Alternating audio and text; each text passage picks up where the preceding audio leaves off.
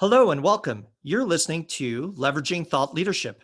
I'm your host, Bill Sherman. Today, we're talking about one of my passions, organizational thought leadership. That is, the people who create, curate, and deploy thought leadership on behalf of their organization.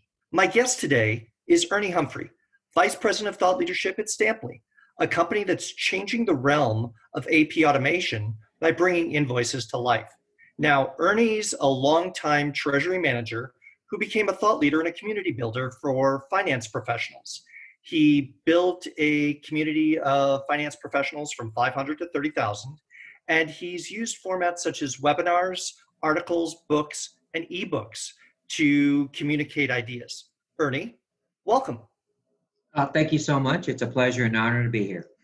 So let's start with sort of a level set question to begin with. What's your definition of thought leadership?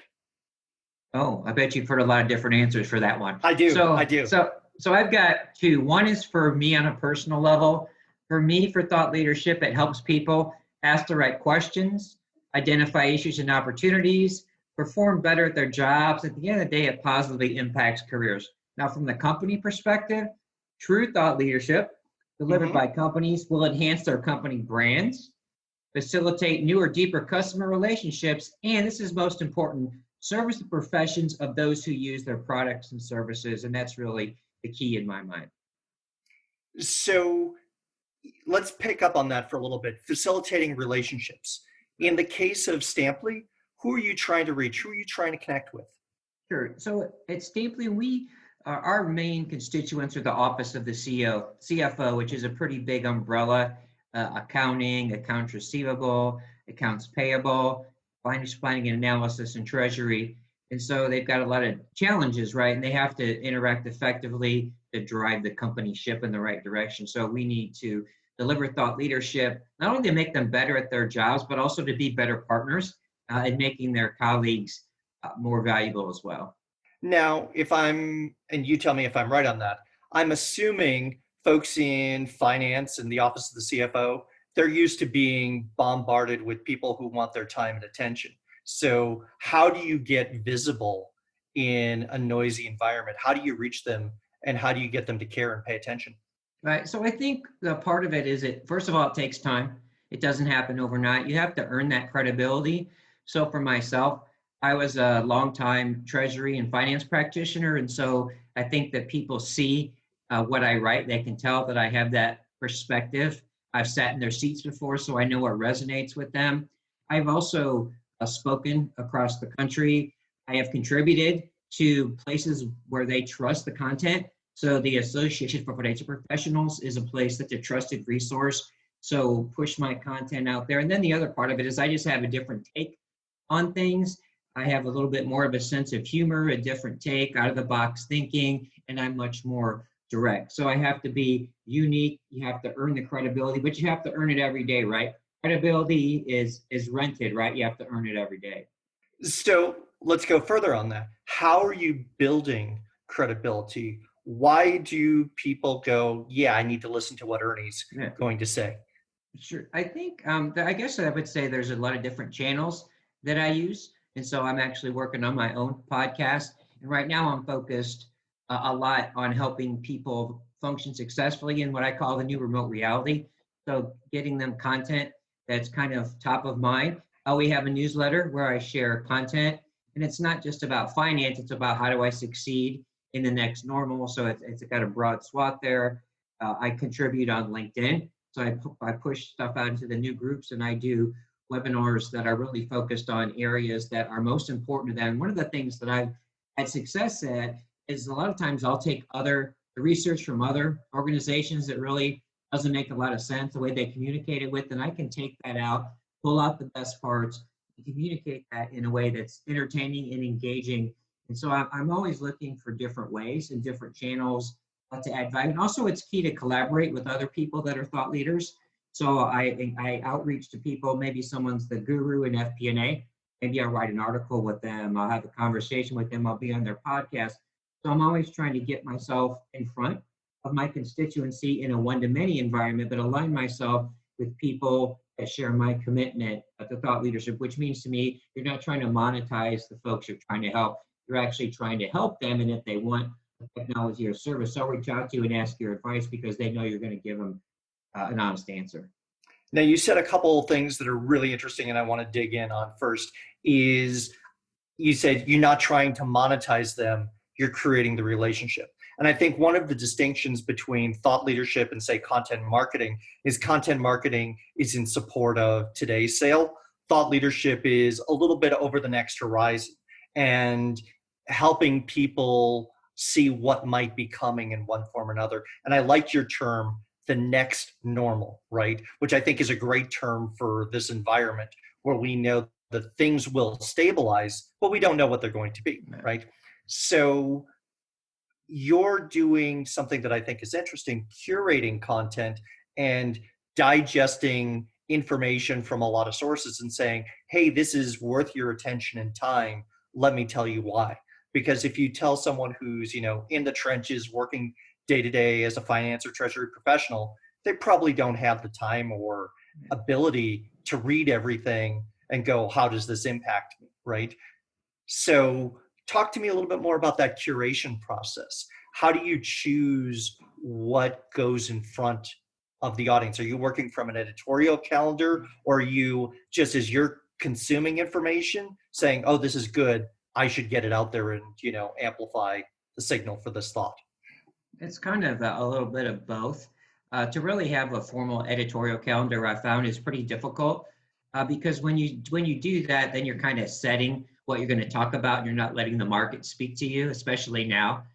In the next normal, things are changing on a daily basis, so I have to make sure that my content is relevant. And also, there might be some new research that comes out, something new, some new technology. As I learn, I want to make sure I communicate that in a timely manner so it does not become stale. And so I think that's a part of the process.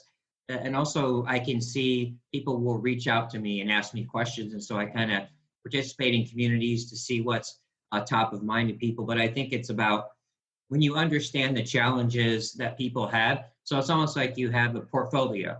There's content they need to know that kind of will never change, right? We have to do cash forecasting. We have to do this. But as we evolve in other areas, hey, you have to learn how to artificial intelligence, right? Right. I'm always trying to get people out in front of change instead of having their boss come to them and say, hey, do you know about AI?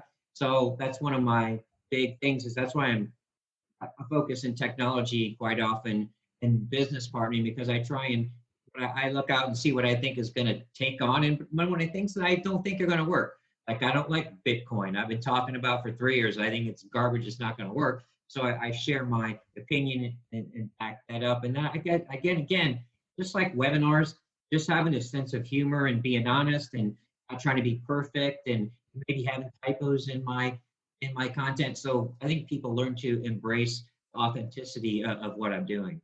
So I think you're right in that, and I think thematically this year has seen a greater move to authenticity of content and messaging, especially as we moved into a work from home environment. You weren't on a professional stage, you didn't have the lighting, the sound. There was a little bit more vulnerability in communication, but also a lot more authenticity.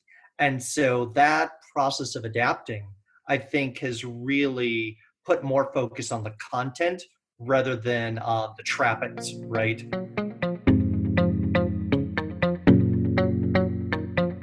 If you are enjoying this episode of Leveraging Thought Leadership, please make sure to subscribe. If you'd like to help spread the word about the podcast, please leave a 5-star review and share it with your friends. We are available on Apple Podcast, Spotify, and all major platforms, as well as at leveragingthoughtleadership.com. So let's talk for a moment about something that I think is really interesting. You said not only participating in communities, but building communities. And you've done that in terms of building communities over your career. You want to talk about that process of building a community and bringing professionals in an area together? How did you Sure. do it? What worked? What didn't? Sure. So I think, as you're not going to be surprised, I think I've talked about credibility. That's important, but I think about also content. content is king. So you have to earn that credibility through content, but you also have to give people what I would call a noise-free environment. So people want a place to talk to their peers without being bothered by sponsors and exhibitors and marketers. And I do my own marketing, but I do my thought leadership, not really marketing. But so you have to have that environment. And so I think when we've seen companies try and do this, it's always gotten tainted. So I built a community up quite a bit, and at the end of the day, they sold the business, and people wanted to monetize the community, right? You can't have a community by trying to monetize it. I think that's why associations are going to go away, because on the surface, they say they're trying to serve the profession, but they're not. They're trying to pay their staff, and they're trying to monetize their members. And so for me, I'm in the process of building another community for the Office of the CFO. And so I've been building my content out. I have channels, so I have to engage people with content. I've got podcasts, blogs, webinars. I'm going to have a virtual event. So I've got to incent people from those channels to want to join that community. Hey, there's great content here. Hey, if I ask a question, I'm going to get an answer. And so then you have to give the community love. You have to make sure the people's questions are answered. You can't allow noise in there. And you have to engage people in the community that are also influencers. So I need evangelists. I need people I'm connected to 16,000 people. I want other people that are connected to 16,000 people to be my evangelists, and then they'll bring in their network, and they'll all see that, hey, this is a place that I can get answers, especially now, right? Everyone, even me, who's been in a remote world for several years, I don't know what to do. I would love to be able to just speaking to you, right? Because I don't get to talk to people that do thought leadership. That's amazing to me. I'm like, I don't know. I've never had the opportunity to do that. So to me, so you guys have LinkedIn group. I'm like, that's awesome. I can come in here and share, and this is a trusted environment. Well, I'm taking that to the next level, taking it and kind of mixing two things, what an association should be and what LinkedIn should be. That's really what my nirvana is for the community I'm trying to develop. So one of the things you talk about community, and this is an interest of mine personally too, is one of the reasons we're doing this podcast and that we're building the community for organizational thought leadership is we realized that if you look across organizations, there's 2, maybe 5 people, maybe 10 at most, depending on the size of organization, that understands a thought leadership perspective, right? And I've spoken with many people who have said, there are other people out here like me. I'm used to being the only one in my company that understands this perspective. And I've got a senior executive who understands and supports what I do, but they don't really understand. And so when I interface with classic marketing work or executive communications, they sort of raise an eyebrow and saying, what are you doing? And so I think the importance is, creating that sense of community where people can come together. And like you said, it's about nurturing. It's nothing that you can rush. And there's often, like you said, surprise and delight of hey, there are other people facing the same problems I am, right? So tell me a little bit about whether it's a current project you're working on or something you did in the past, something that from a thought leadership perspective really knocked it out of the park and you were proud of. What have you done that stood out as a thought leadership activity? First, I would say probably it wouldn't be one thing, and it would be more of a team effort of the team that I led. So at Performative, when we built that community of senior level finance professionals from 500 to 30,000, that was pretty mind blowing. And when I saw the value that people were getting out of the community, that was pretty impressive. More recently, just thought leadership, I've gotten a lot of interest in a concept called the social CFO, which is really talking about how CFOs need to build relationships across the enterprise and be more social and invest in their teammates. And so those are a few of the things. But I'm always, like I said, it's my philosophy. Success is running, so I'm always trying to figure out what else I can do to add value. And I think on a daily basis, when I do a webinar and someone says, "Wow, that was amazing! I've never seen a webinar like that. You're changing the way webinars are done." So I think it's that affirmation that I see. And sometimes when I just see people communicating with each other and adding value, when I facilitate that and I see that take off and add value on both sides, that's pretty satisfying as well. So I like the term of social CFO in that there's the traditional assumption that you're delivering the quarterly earning report in a slow monotone that sort of lulls investors to a sense of confidence and calm rather than someone like you're talking about now who's out internally and externally proactive building and nurturing relationships. And that one of the things for a thought leadership platform that becomes effective is when you have something, a short phrase, 2 to 3 words that catches attention, might be counterintuitive, but gets people to go, oh, that's interesting. Tell me more. So as a platform name, I really like that. Now, how are you measuring success for your thought leadership efforts? You said a couple times, I'm not necessarily looking in terms of monetizing today. So how do you measure success at this point, right? What metrics are you tracking? What do you care about? Where do you focus your effort?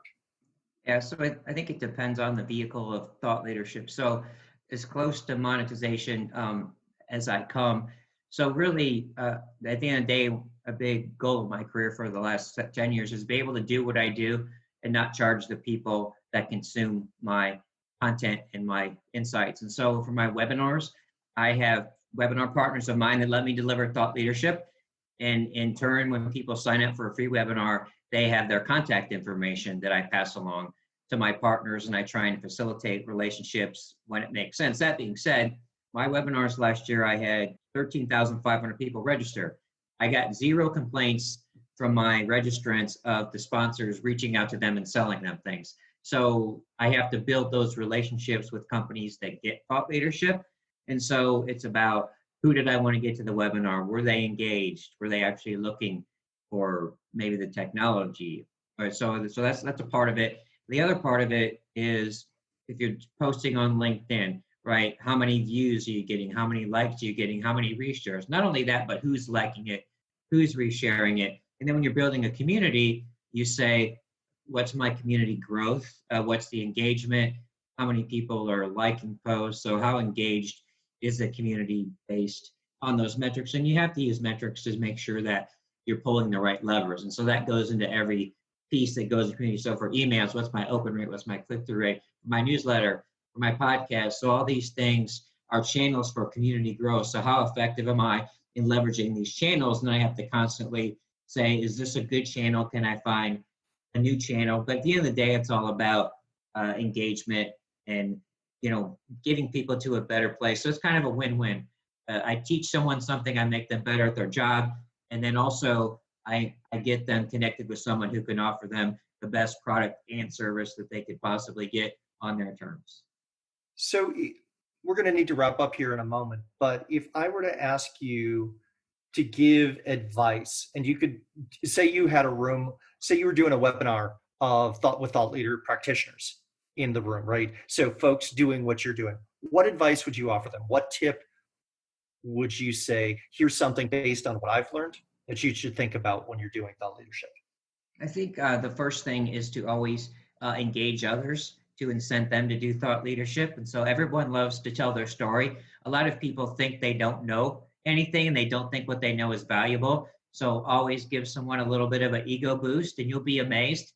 And then some people don't know what thought leadership is. So have a conversation, ask someone, have you ever communicated with a peer about XYZ? Like CFOs have never done that. When you tell them that they can actually do that, they're like, oh, I didn't know that. I would love to talk to someone. Oh, people really care about what I have to say. And so you have to be passionate and you have to really, at the end of the day, when you set it out in terms, this is going to boost your ego and you're going to help somebody do their job better and you're going to get a little fame, whether that's internally or externally. You're going to have a good profile in your company and it helps your career success inside your company and outside your company. So those would be a few things.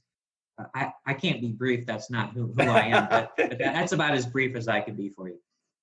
Fantastic. So, in summing up, some of the things that I'm taking away from this is you're using thought leadership as a vehicle and you focus obsessively on your audience in terms of finding ways to be relevant to them, to provide value, and build relationships. And I think that's a fantastic use of using thought leadership to build communities.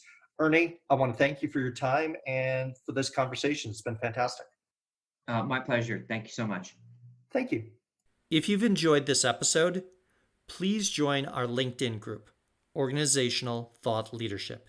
It's a professional community where thought leadership practitioners talk shop about our field.